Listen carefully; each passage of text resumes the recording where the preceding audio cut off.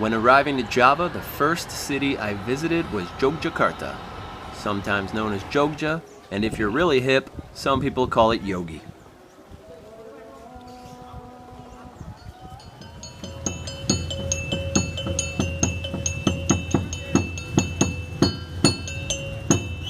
Just like every place I visit, on the first day I just walked around the city to check it out. One thing you'll notice right away is that Yogyakarta has some great graffiti artists. Jogja seems like a very artsy place, and it's definitely noticeable when walking the streets.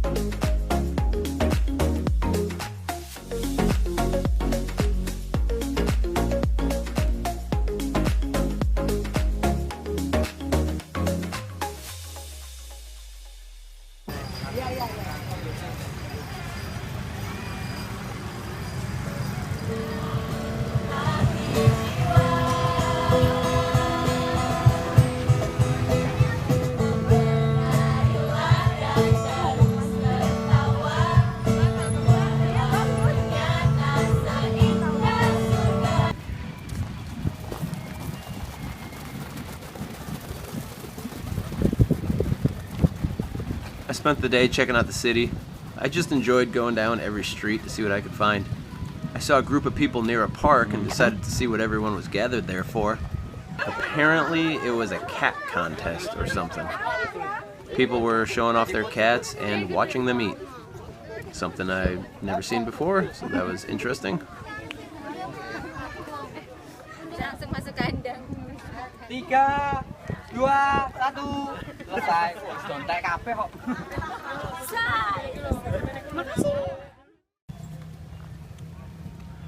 Well, there's some horrible people that don't know any better.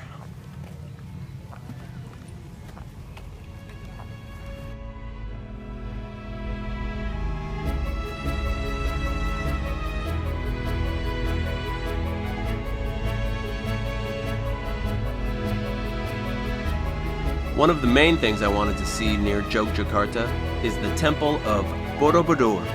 It was built in the 9th century and is the largest Buddhist temple in the world.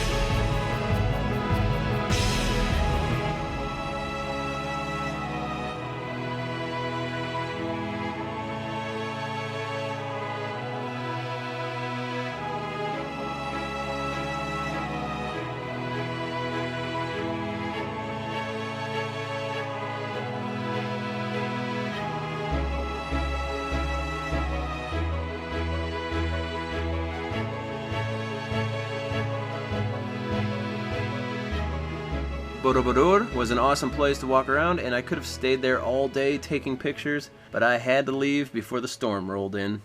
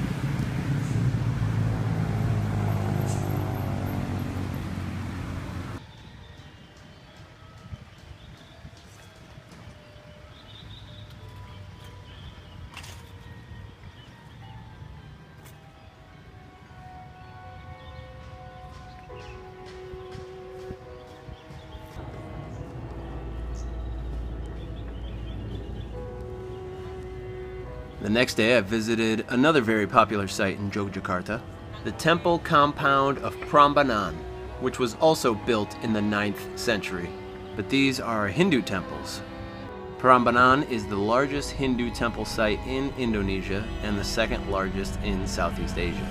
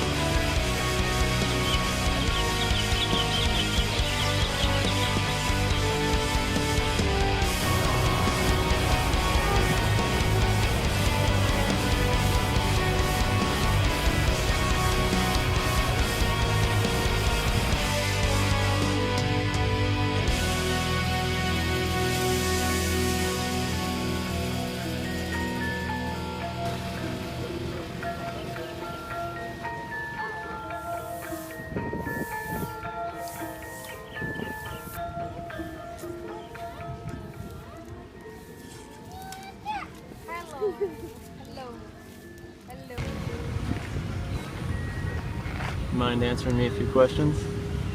Like, what the fuck are you? You're like a ostrich, turkey, peacock dinosaur.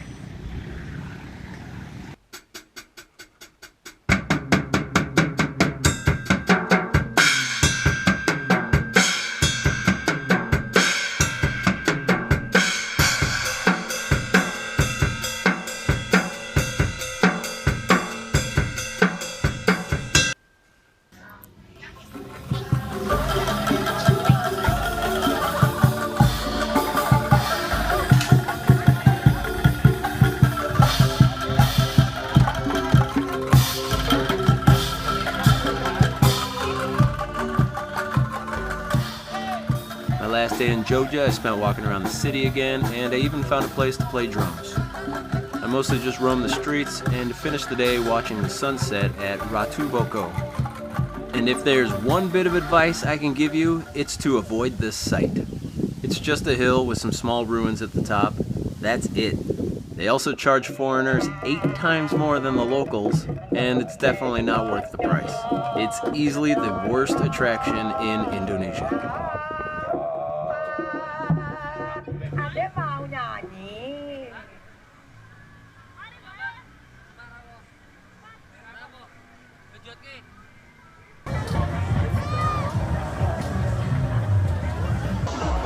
Once night rolled around, a small carnival in Yogya was happening, so I went there to check that out. After that, it was time to finish the night with some sweet martabak. Martabak is a stuffed pancake with a variety of options. I usually went with cheese, chocolate, and peanuts. You'd be surprised how well cheese and chocolate goes together. It's amazing. It's like the best treat I've ever had. And you could actually hear yourself getting fatter with each bite.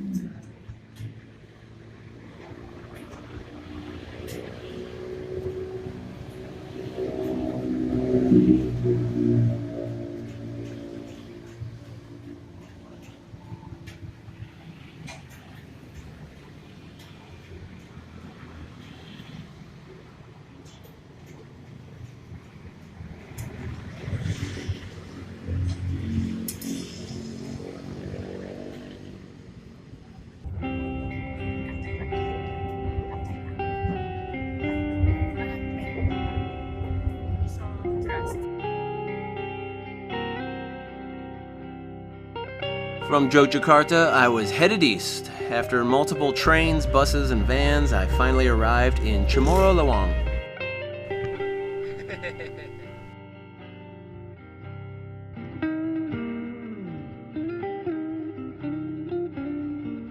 This place is a cute and cool little village that overlooks the Bromo, Tengger, Semeru National Park. Many people come here to hike Mount Bromo or the nearby mountains for great views of the sunrise. I normally don't care for sunrises too much because I don't want to get up that early, but this one is 100% worth it.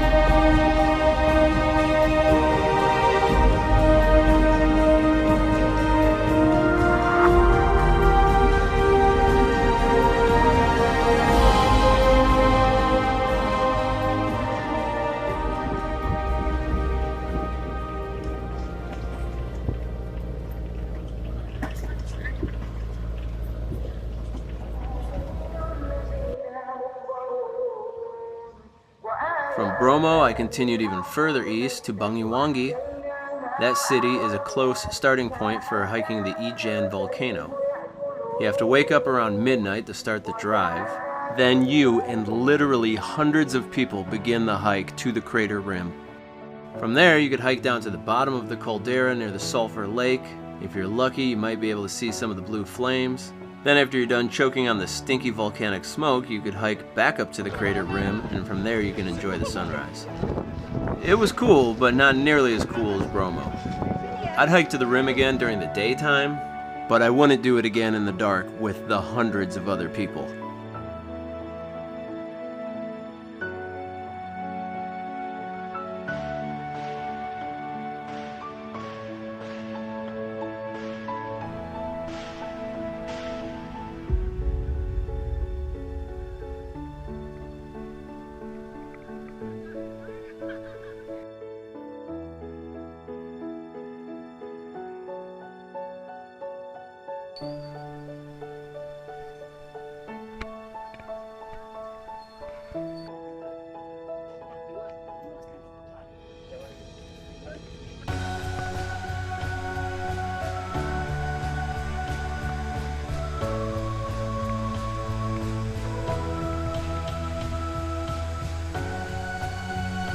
Once we were finished at Ijen, we visited a nearby waterfall, and then the rest of my day was open.